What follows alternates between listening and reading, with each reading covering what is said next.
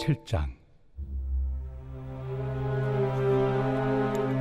너희가 쓴 문제에 대하여 말하면 남자가 여자를 가까이 아니함이 좋으나 음행을 피하기 위하여 남자마다 자기 아내를 두고 여자마다 자기 남편을 두라.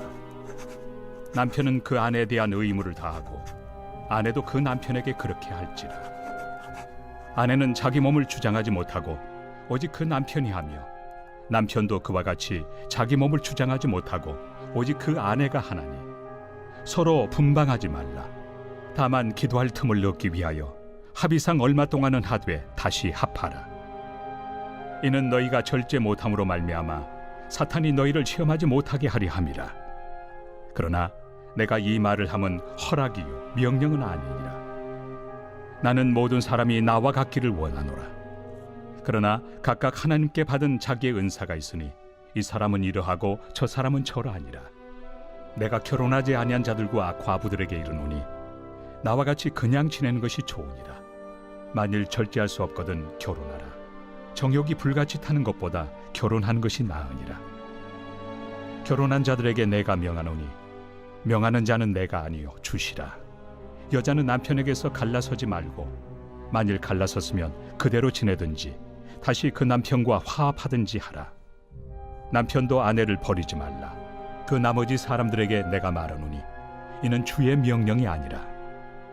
만일 어떤 형제에게 믿지 아니하는 아내가 있어 남편과 함께 살기를 좋아하거든 그를 버리지 말며, 어떤 여자에게 믿지 아니하는 남편이 있어 아내와 함께 살기를 좋아하거든 그 남편을 버리지 말라. 믿지 아니하는 남편이 아내로 말미암아 거룩하게 되고 믿지 아니하는 아내가 남편으로 말미암아 거룩하게 되나니 그렇지 아니하면 너희 자녀도 깨끗하지 못하니라. 그러나 이제 거룩하니라. 혹 믿지 아니하는 자가 갈리거든 갈리게 하라. 형제나 자매나 이런 일에 구애될 것이 없느니라. 그러나 하나님은 화평 중에서 너희를 부르셨느니라. 아내 된 자여 내가 남편을 구원할는지 어찌알 수 있으며 남편 된 자여 내가 내 아내를 구원할는지 어찌알 수 있으리요. 말씀을 하시며 여시는 사랑하는 천안침례교회 성도님들을 축복합니다. 고린도에는 사랑의 여신인 아프로디테 신전이 있었습니다. 이 신전에서는 신전의 여사제와 성적 관계를 맺는 것이 여신에게 예배드리는 행위라고 여겨졌습니다. 그래서 이곳에서는 1000여 명에 달하는 여사제들이 있었고 항구 도시였던 이 고린도에 방문하는 수많은 선원과 상인들이 이 신전을 이용했습니다. 이렇게 문란한 도시에, 타락한 도시에, 복음은 존재할 수 없을 것 같은 도시에 바울의 2차 전도 여행을 통해 교회가 세워졌습니다. 이러한 시대적인 배경 속에서 이 교회에 2개의 철학이 들어와서 교회가 2갈래로 나뉘어졌다는 소식이 바울에게 들려졌습니다. 그 철학이 무엇이었냐면 하나는 금욕적 영지주의였고 또 하나는 쾌락적 영지주의였습니다.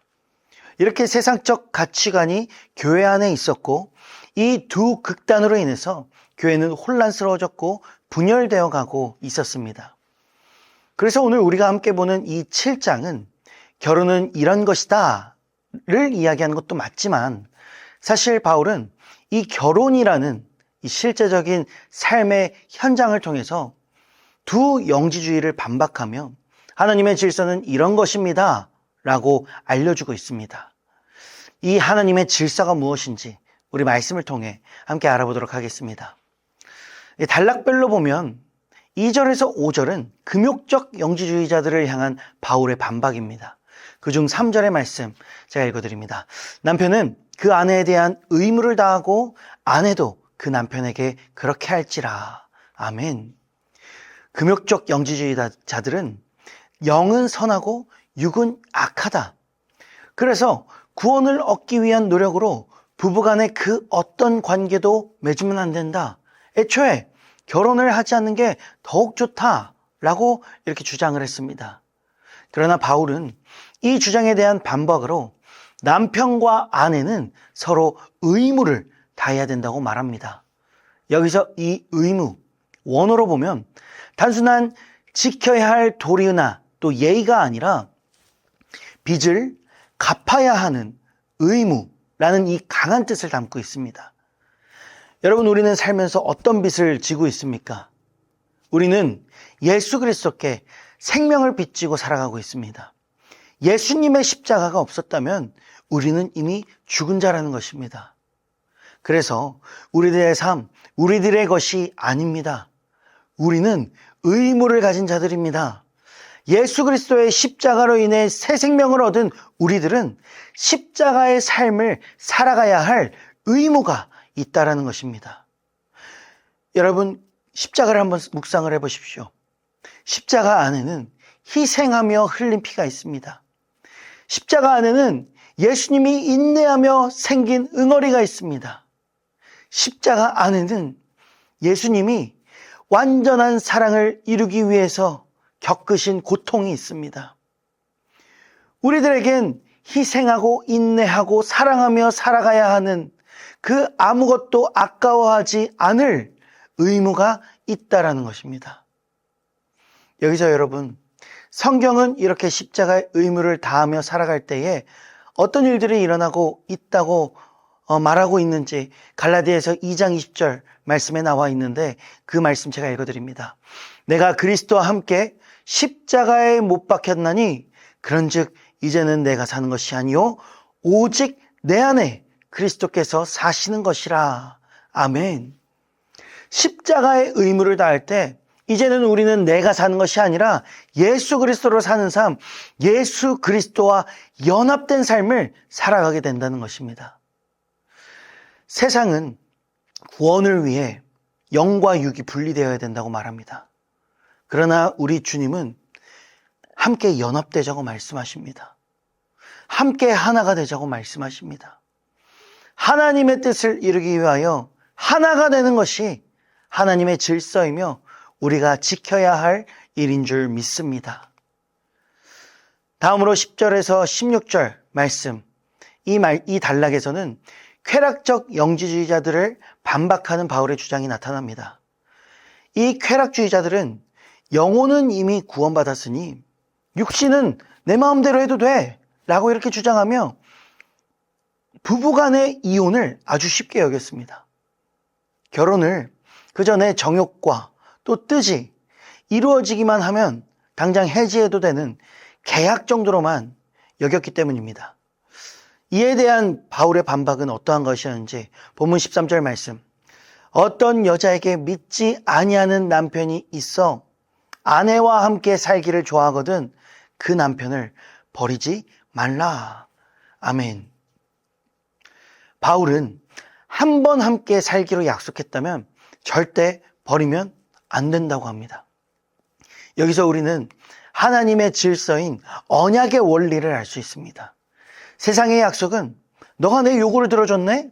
나도 너의 요구를 들어줄게. 이렇게 서로의 목적을 충족해 줘야만 이 관계가 유지가 됩니다. 그러나 하나님의 언약은 내가 지키지 못해도 실패해도 실수해도 영원합니다. 이 하나님의 언약이 무엇입니까? 수도 없이 순종하지 못하고 내 뜻, 내 생각, 내 의대로 살아가도 하나님은 당신의 백성을 끝까지 포기하지 않으시고 날 살리기 위해 독생자를 보내시고 그 독생자의 피와 부활로 말미암아 우리는 영원한 생명의 은혜를 누리고 있습니다. 우리는 지금 이 시간에도 대가를 바라지 않으시는 그 하나님의 사랑 안에, 그 하나님의 영원한 언약 안에 거하고 있다는 것입니다. 여러분, 세상은 우리에게 계약서를 내밉니다. 그러나 하나님은 우리에게 대가 없는 사랑을 주시며 이것이 하나님의 사람이 지켜야 할 하나님의 질서라고 말씀하십니다. 바라지 말고 받으려고 하지 말고 내 것을 나누고 희생한다면 여러분, 우리는 하나님의 마음을 알고 내가 얼마나 큰 은혜를 받고 지금 이 시간을 살아가고 있는지 깨닫게 될 것입니다. 하나됨, 하나님의 언약, 이것이 하나님의 질서입니다. 그 질서 안에 거하며 하나님의 뜻을 이루는 우리 천안침례교회 성도님들 다 되시기를 예수님의 이름으로 축복합니다. 기도하겠습니다. 거룩하시고 신실하신 성령 하나님, 주님이 우리에게 주신 한량없는 그 사랑을 깨닫고 내 가치관과 내 삶이 하나님의 질서 안에 거하기를 원합니다. 세상의 말에 귀 기울이는 것이 아니라 오직 하나님의 말씀에 순종하여 하나님의 질서 안에서 하나님의 뜻을 이루며 하나님이 우리에게 주신 그 목적을 이루는 복된 인생 살아가게 하여 주시옵소서. 감사드립니다. 이 모든 말씀 살아계신 우리 주 예수 그리스도의 이름으로 기도드립니다. 아멘. 한량없는 은혜 갚을 길 없는 은혜 내 삶을 애워싸는 하나님의 은혜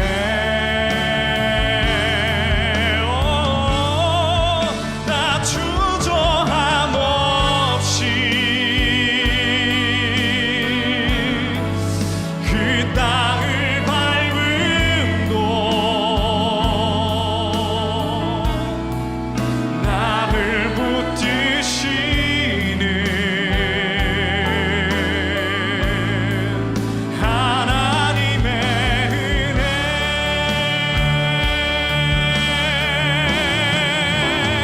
한량없는 은혜 갚을 길 없는 은혜 내 삶을 애워싸는 하나님의 은혜 나 주저